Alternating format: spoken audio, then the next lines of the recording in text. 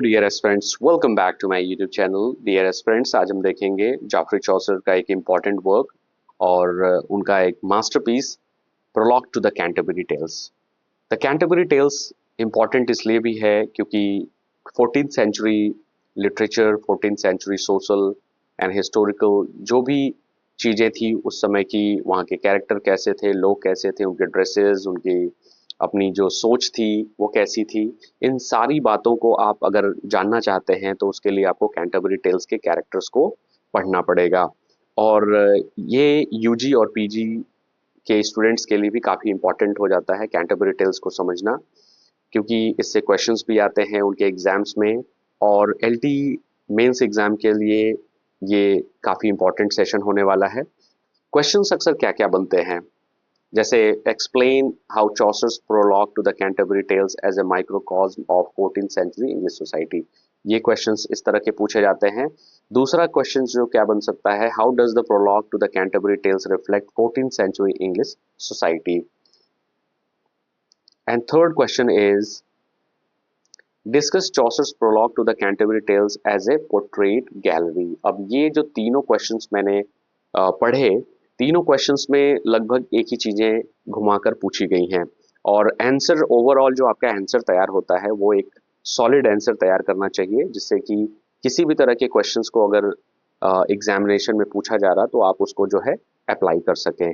तो portrait gallery क्या होती है, या फिर 14th सेंचुरी के सोसाइटी को कैसे वो रिफ्लेक्ट करती हैं, तो सारी चीज़ें वही होती है। पोर्ट्रेट गैलरी जैसे कि हम एग्जीबिशंस वगैरह में जाते हैं, फोटोज एग्जीबिशंस में जाते हैं, तो गैलरी से होते हुए हमें डिफरेंट कलर्स के डिफरेंट फोटोज देखने को मिलते हैं। सबके अपनी अपनी कुछ मैसेजेस होते हैं, कुछ अलग अलग कैरेक्टरिस्टिक्स होती हैं हर फोटोज की।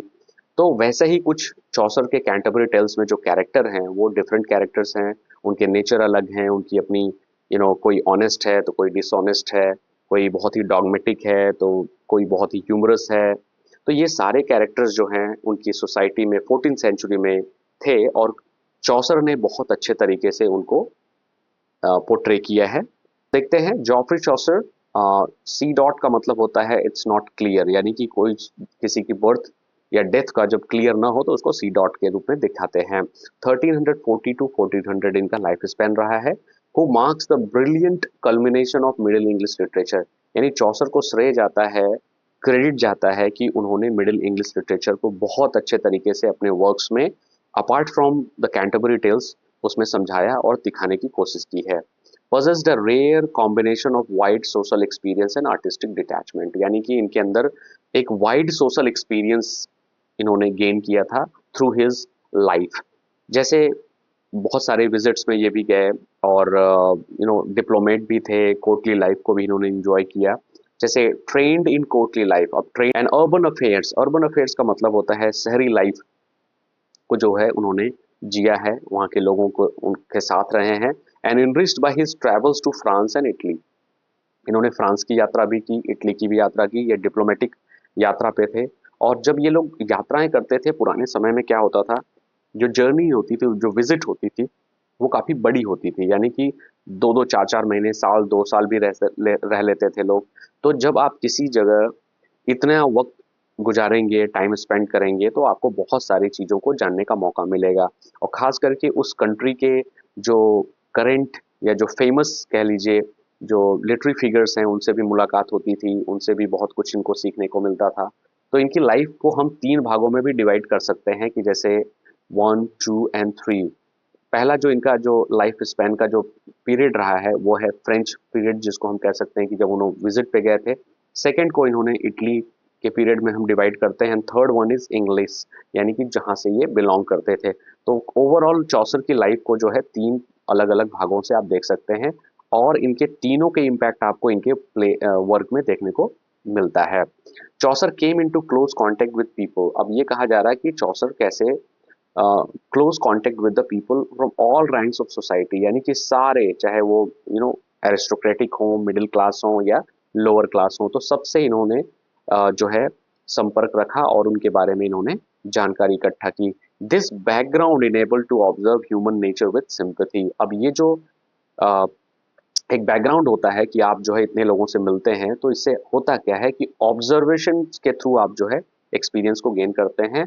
Qualities that are fully reflected in general prologue to the Canterbury tales, और the Canterbury tales is written in the form of frame narrative. अब ये इंपॉर्टेंट पॉइंट है कि कैंटरबरी टेल्स जो है फ्रेम नैरेटिव में लिखी गई, यानी इसका नैरेशन जो है फ्रेम है। फ्रेम का मतलब है जैसे एक पर्टिकुलर कैरेक्टर को आप लेते हैं और उसको आप दिखाते हैं किसी एक पर्टिकुलर नेचर के थ्रू। जैसे कि अगर आपने नाइट को लिया तो नाइट्स किस तरह के नेचर के थे, फ्रॉयरस कैसी थी, फ्रायर कैसा था, यू नो पार्सन्स कैसा था। तो उसका एक पर्टिकुलर कैरेक्टर या तो वो ऑनेस्ट होगा या तो डिसऑनेस्ट होगा। तो एक फ्रेम की तरह उन्होंने दिखाया है कि बहुत मल्टीपल उसके पर्सपेक्टिव नहीं है, तो इसलिए इसको फ्रेम नैरेटिव में रखा गया है। A group of pilgrims gather at Tabard inn Southwark. अब ये जो कैंटरबरी टेल्स लिखी गई उसके पीछे का लॉजिक क्या है कि बहुत समय पहले, यानी कि 14th और 14th एंड 15th सेंचुरी या पहले भी ऐसे पिलग्रिम्स होते थे जो यात्राओं पे निकलते थे और बहुत लंबी यात्राएं होती थी। तो कुछ पिलग्रिम्स जो हैं वो एक्चुअली जाते हैं टॉमस बैकेट की श्राइन जो कि कैंटरबरी में थी, और वहाँ पे बहुत बड़ा एक फेयर लगता था, मेला लगता था, जहाँ पे वो दर्शन के लिए जाते थे। अब होता था क्या कि यात्राएं बहुत लंबी होती थी और पिलग्रिम्स वगैरह जो है इनमें रुकते थे। तो वहाँ पे एक होस्ट मिलते हैं जिसका नाम है हैरी बैली। अब ये क्या करते हैं कि लोगों से कहते हैं कि लंबी यात्रा जो बोरिंग होती है उसको जो है एंटरटेनिंग करने के लिए आप जो है कहानियाँ सुनाइए।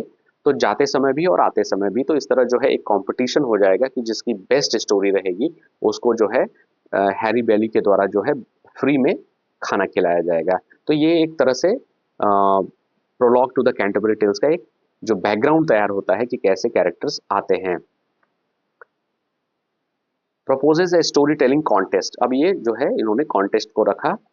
And though Chaucer planned a much larger work, the poem survives in 24 tales.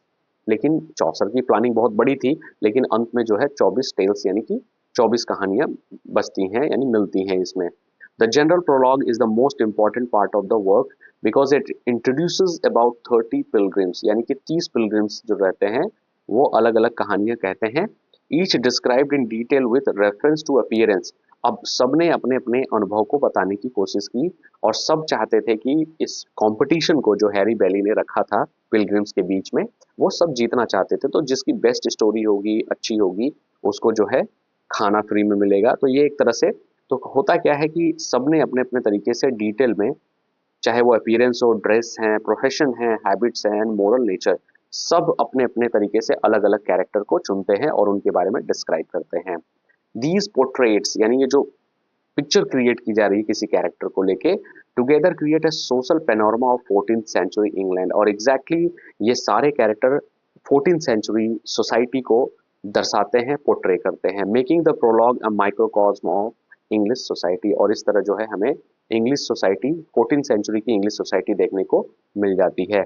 चौसर जो हैं बहुत ही क्लियर रहते हैं कि वो, इनका पर्पस क्या था कैंटरबरी टेल्स के पीछे, वो बताते हैं कि Chaucer himself states his purpose clearly.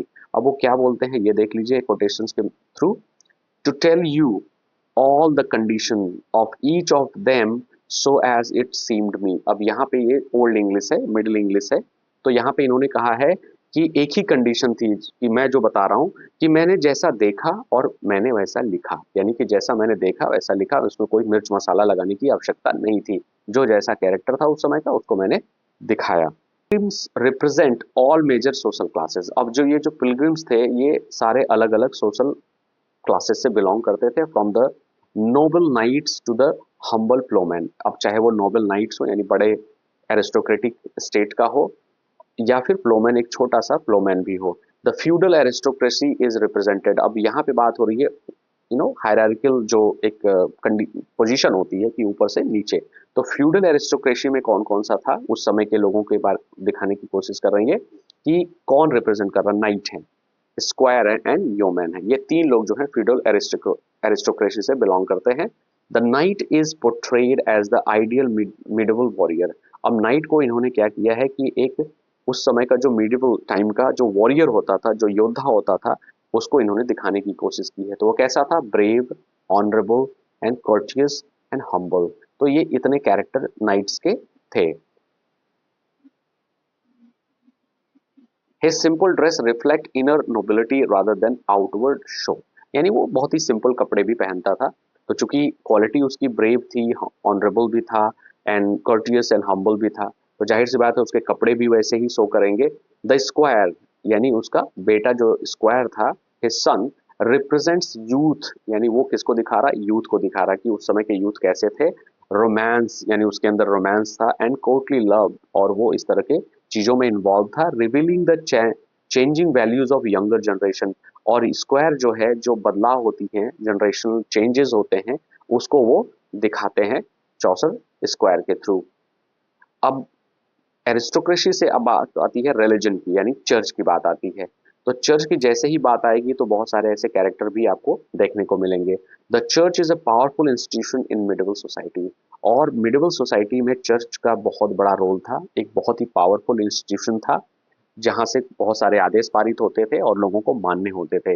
Even king को भी उसको ओबे करना होता था। इज वाइडली रिप्रेजेंटेड, और इसमें इन्होंने दिखाने की कोशिश की है। Chaucer exposes its moral corruption through characters. अब ये दिखाने की कोशिश की है चौसर ने कि चर्च में करप्शन था, यानी उस समय के चर्च में भी करप्शन था। जैसा कि हम मानते हैं कि ऐसी जगहों में करप्शन नहीं होना चाहिए, लोग अच्छे होते हैं, ऑनेस्ट होते हैं, लेकिन नहीं, उन्होंने सोसाइटी को एग्जैक्टली पोर्ट्रेट किया है, इसलिए चर्च में भी करप्शन जो था उन्होंने दिखाया है। सच एज द प्रोयरस, अब ये जो कैरेक्टर था उसके थ्रू दिखाया, मॉन्क, फ्रायर, पार्डनर एंड समनर, इतने कैरेक्टर हैं जो रिलीजन से बिलोंग करते हैं, चर्च से बिलोंग करते हैं। The prioress is refined and sentimental, वो रिफाइंड थी, यानी कि सोफिस्टिकेटेड थी, बहुत अच्छे से रहती थी, और सेंटिमेंटल थी, but more concern with manners and appearance than in true spirituality. क्योंकि आप जब रिलीजन से जुड़े होते हैं तो आपको, हम ये समझ सकते हैं कि आपके अंदर स्पिरिचुअलिटी होगी, और चीज़ें दिखेंगी भी, रिफ्लेक्ट भी करेंगी आपकी, आपके पर्सनालिटी से। लेकिन ये जो कैरेक्टर थी प्रोयरस, उसमें मैनर तो था, अपीयरेंस भी था, लेकिन स्पिरिचुअलिटी गायब थी, यानी कि वो डॉगमेटिक थी, यानी वो दिखावा ज़्यादा करती थी। द मॉन्क लव्स हंटिंग, अब मॉन्क जो था वो भी रिलीजन से जुड़ा हुआ था, लेकिन उसको हंटिंग पसंद थी। अब आप समझ सकते हैं कि उस वो हंटिंग को ज़्यादा इंजॉय करता था। लग्जरी रिजेक्टिंग मोनास्टिक डिसिप्लिन, उसे डिसिप्लिन नहीं पसंद था, जबकि आप जब रिलीजन से जुड़े होते हैं तो आपको बहुत डिसिप्लिन होना होता है, क्या करना है, कब पूजा करनी है, कैसे साफ सफाई रखनी है, और प्रीचिंग भी टाइम से देनी है। तो ये सारी चीजें उसे क्या लगती थी, खराब लगती थी। While the fryer is greedy, अब चूंकि फ्रायर को भी, वो रिलीजन से है तो उसको भी ऑनेस्ट होना चाहिए, लेकिन वो ग्रीडी था। Dishonest and exploiting the poor by selling forgiveness, अब आप सोच सकते हैं कि अगर कोई व्यक्ति सिन करके उसके पास आता है तो वो क्या करता है कि उसके बदले, उसके पाप को माफ करने के लिए, फॉरगिव करने के लिए उससे पैसे लेता था। तो ये भी एक करप्शन है, क्योंकि आपको अगर फॉरगिवनेस देनी है तो आप जो है बिना पैसे के भी दे सकते हैं, लेकिन वो उसका मिस यूज करता था। Through gentle irony and satire, Chaucer criticises religious hypocrisy, और ये एग्जैक्टली इन कैरेक्टर्स के थ्रू इन्होंने रिलीजियस हिपोक्रेसी, यानी रूट है, उसको इन्होंने दिखाया, अटैकिंग रिलीजन इटसेल्फ। जबकि रिलीजन को उन्होंने क्रिटिसाइज नहीं किया है, बल्कि रिलीजन के मानने वाले को, जो वर्शिपर हैं, जो उसके पार्ट हैं, उसको इन्होंने क्रिटिसाइज किया है। In contrast Chaucer present true Christian virtues, अब वर्च्यू, अब इन्होंने क्रिश्चियन वर्च्यूज को भी दिखाया है। जाहिर सी बात है, आप केवल क्रिटिसाइज नहीं करते, कुछ अच्छे लोग हैं, कुछ बुरे लोग भी होते हैं सोसाइटी में। थ्रू पार्सन, अब ये पार्सन के थ्रू उन्होंने क्रिश्चियन वर्च्यूज को भी दिखाया, वर्च्यू को दिखाया है। Who practices what he preaches, वो, ये जो पार्सन है वो वही प्रीच करता था जो वो प्रैक्टिस करता था। तो ये सारी चीजें जो है ऑनेस्टी को दिखाती हैं। एंड द प्लोमैन, प्लोमैन क्या था, हिज ब्रदर, उसका भाई था, who is hard working, charitable and honest. अब ये प्लोमैन जो है हार्ड वर्किंग था, चैरिटेबल दानी भी था, और ईमानदार भी था। Together they represent the moral ideal of medieval Christianity, और ये मिडिवल क्रिश्चियनिटी को ये दो कैरेक्टर जो हैं अच्छे से रिप्रेजेंट करते हैं। अब मिडिल एंड लोअर क्लासेस, अब जाहिर सी बात है सोसाइटी में ये लोग भी रहेंगे, मिडिल एंड लोअर क्लासेस, इनकी संख्या ज़्यादा होती है, उस समय भी ज़्यादा थी, आज के समय में भी ज़्यादा है। Are vividly portrayed through character such as merchant, miller, wife of Bath, ये तीन इंपॉर्टेंट कैरेक्टर हैं जो मिडिल एंड लोअर क्लास को रिप्रेजेंट करते हैं। एंड वेरियस क्राफ्ट्समैन, बहुत सारे और भी हैं। द मिलर इज क्रूड, अब इसमें जो मिलर था, जो कैरेक्टर, वो कैसा था, क्रूड एंड डिसऑनेस्ट था। अब जाहिर सी बात है, मिडिल क्लास, ऐसा नहीं कि गरीब हमेशा ईमानदार रहेगा या मिडिल क्लास के लोग पूरे ही ईमानदार होंगे। तो ये मिलर जो है वो क्रूड था बहुत ही and dishonest, reflecting the rough life of lower classes, जो कि एक ऐसी लाइफ को दिखाता है जो बहुत ही कठिन थी। द वाइफ ऑफ बैथ, यानी कि ये भी एक कैरेक्टर है बहुत ही interesting and funny, one of Chaucer's most memorable के क्रिएशंस, और ये माना जाता है वाइफ ऑफ बाथ को चौसर का एक मेमोरेबल क्रिएशन। बोल्ड आउटस्पोकन, यानी एक बोल्ड बोल्ड कैरेक्टर थी, यानी कि जो भी उसके दिमाग में था, मन में था, वो बोल देती थी। Outspoken and married 5 times. अब इससे भी क्वेश्चंस बनते हैं कि उसने कितनी बार शादियां की। तो उस समय भी ये एक तरह से कह सकते हैं दबंग औरत की तरह थी, जो 5 बार शादी करती है। And her views on marriage and female authority challenges traditional medieval attitudes, अब making her strikingly modern figure. अब इस वजह से इसको जो है एक तरह से मॉडर्न फिगर के तौर पे देखा जाता है, जो आज की जो फीमेल हैं। उस समय की जो सोसाइटी थी, जो जो टिपिकल पेट्रियार्कल सोसाइटी थी, उसको ये चैलेंज करते हुए दिखती है। तो ये ऐसे भी कैरेक्टर उस सोसाइटी में थे 14th सेंचुरी में। चौसर्स मेथड ऑफ कैरेक्टराइजेशन, अब चौसर का कैरेक्टराइजेशन मेथड कैसा था? हाईली रियलिस्टिक, यानी कि बहुत ही ज्यादा एक तरह से सच्चाई पे निर्भर था, यानी रियलिस्टिक था। ऐसा नहीं कि उसमें बहुत ज्यादा फिक्शनल था, कुछ ऐसी बढ़ा चढ़ा के चीजें लिखी जा रही थी। जो जैसा था चौसर ने उसको ऐसे ही दिखाने की कोशिश की।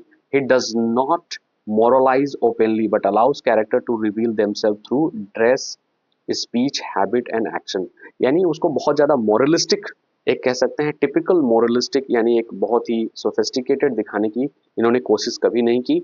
जो जिस कंडीशन में था उसको उन्होंने दिखाया, चाहे उसके अपने ड्रेसेस कैसे हो, उसकी स्पीच कैसी भी हो, उसके हैबिट कैसे भी हो, एक्शंस कैसे भी हो।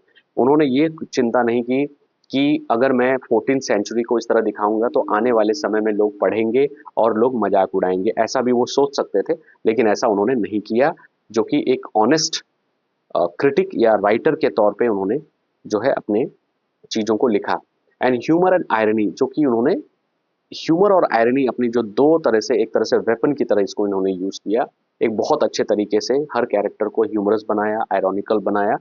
As a result the pilgrims are not mere type but living human beings, और इसी वजह से वो आज हमारे बीच ऐसे हम उसे पढ़ते हैं जैसे वो आज हमारे आसपास के कैरेक्टर हो, लिविंग ह्यूमन बींग्स है, आज भी वो जिंदा कैरेक्टर है, न कि डेड।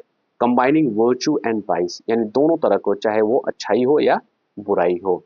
टेल्स, यानी जो अलग अलग वैरायटी थी कहानियों की, told by pilgrims further strengthen the idea of social microcosm. Together they present almost every medieval literary genre। अब यहाँ पे क्या है कि अपने कैरेक्टर्स के थ्रू हर कैरेक्टर ने अपने अपने तरीके से उस समय के समय में जो जॉनरास थे, जो भी फॉर्म ऑफ राइटिंग थी, उसको दिखाया, चाहे वो रोमांस हो, फैमिली हो, सेंट्स लेजेंड हो, जैसे कि हम महान कहानियों के बारे में कहते थे। सरमन यानी प्रीचिंग्स के थ्रू भी होती थी। बीस्ट फेबल, जो कि वहाँ का इम्पोर्टेंट एक नैरेटिव फॉर्म था, यानी कि फेबल नैरेटिव था। एन एग्जाम्पलम, ये भी एक तरह से मोरल स्टोरी को बताने का तरीका होता था। तो इतने जॉनरास का यूज इन्होंने कैंटरबरी टेल्स में किया है।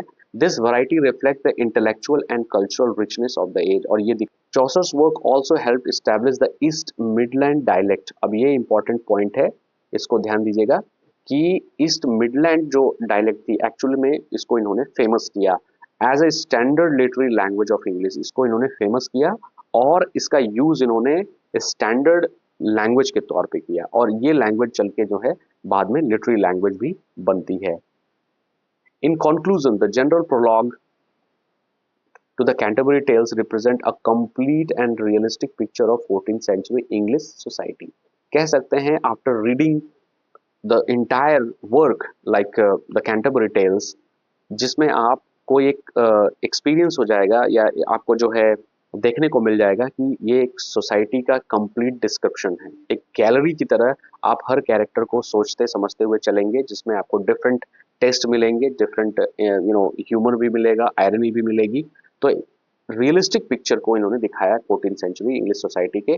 The wide range of characters, बहुत अलग अलग तरीके के कैरेक्टर, प्रोफेशंस, अलग पेशे वाले, मोरल एटीट्यूड्स भी थे, and social class make it a true microcosm of medieval England. As Dryden famously remark, चूंकि इसको पढ़ने के बाद जो ड्राइडन, जो एक बहुत बड़ा नाम है, बहुत बड़े क्रिटिक हैं इंग्लिश लिटरेचर के, वो क्या कहते हैं कैंटरबरी टेल्स के बारे में, ये जानना जरूरी है जब आप अपने आंसर में ड्राइडन जैसे क्रिटिक को, ड्राइडन जैसे राइटर के व्यूज़ को डालते हैं, तो आपकी राइटिंग जो है वो बहुत ही ज़्यादा इंपॉर्टेंट हो जाती है, बहुत ही ज़्यादा अच्छी हो जाती है। ड्राइडन क्या कहते हैं, आई सी ऑल द पिलग्रिम्स, वो कहते हैं जैसे कि मैंने सारे पिलग्रिम्स को मैं देख रहा हूँ, देयर ह्यूमर्स, मैं उनके ह्यूमर्स को भी देख रहा हूँ, देयर फीचर्स, उनके जो अलग अलग फीचर्स हैं, एंड देयर वेरी ड्रेस, उनके ड्रेसेस को मैं फील कर रहा हूँ, मेरे सामने वो जैसे लग रहा है वो पहने हुए हैं, as distinctly as if I had supped with them at Tabard in Southwark. और ये कह रहे हैं कि ऐसा लग रहा है कि मैं उनके साथ खाना खा रहा हूँ टाबर्ड इन में बैठ के। तो आप समझ सकते हैं कि इसका जो पोर्ट्रे था चौसर के द्वारा कितना ज़्यादा रियलिस्टिक था, कि पढ़ने के बाद ऐसा लग रहा है। और इस वजह से एक और बहुत ही फेमस जो कोट है, जो कि ड्राइडन का ही कोट है, as often said Chaucer's world is here is God's plenty. ये भी ड्राइडन ने चौसर के कैंटरबरी टेल्स के बारे में कहा है कि ये सारे गॉड के प्लेंटीज हैं, यानी कि ये लोग हैं जो हमें कैंटरबरी टेल्स में देखने को मिलते हैं।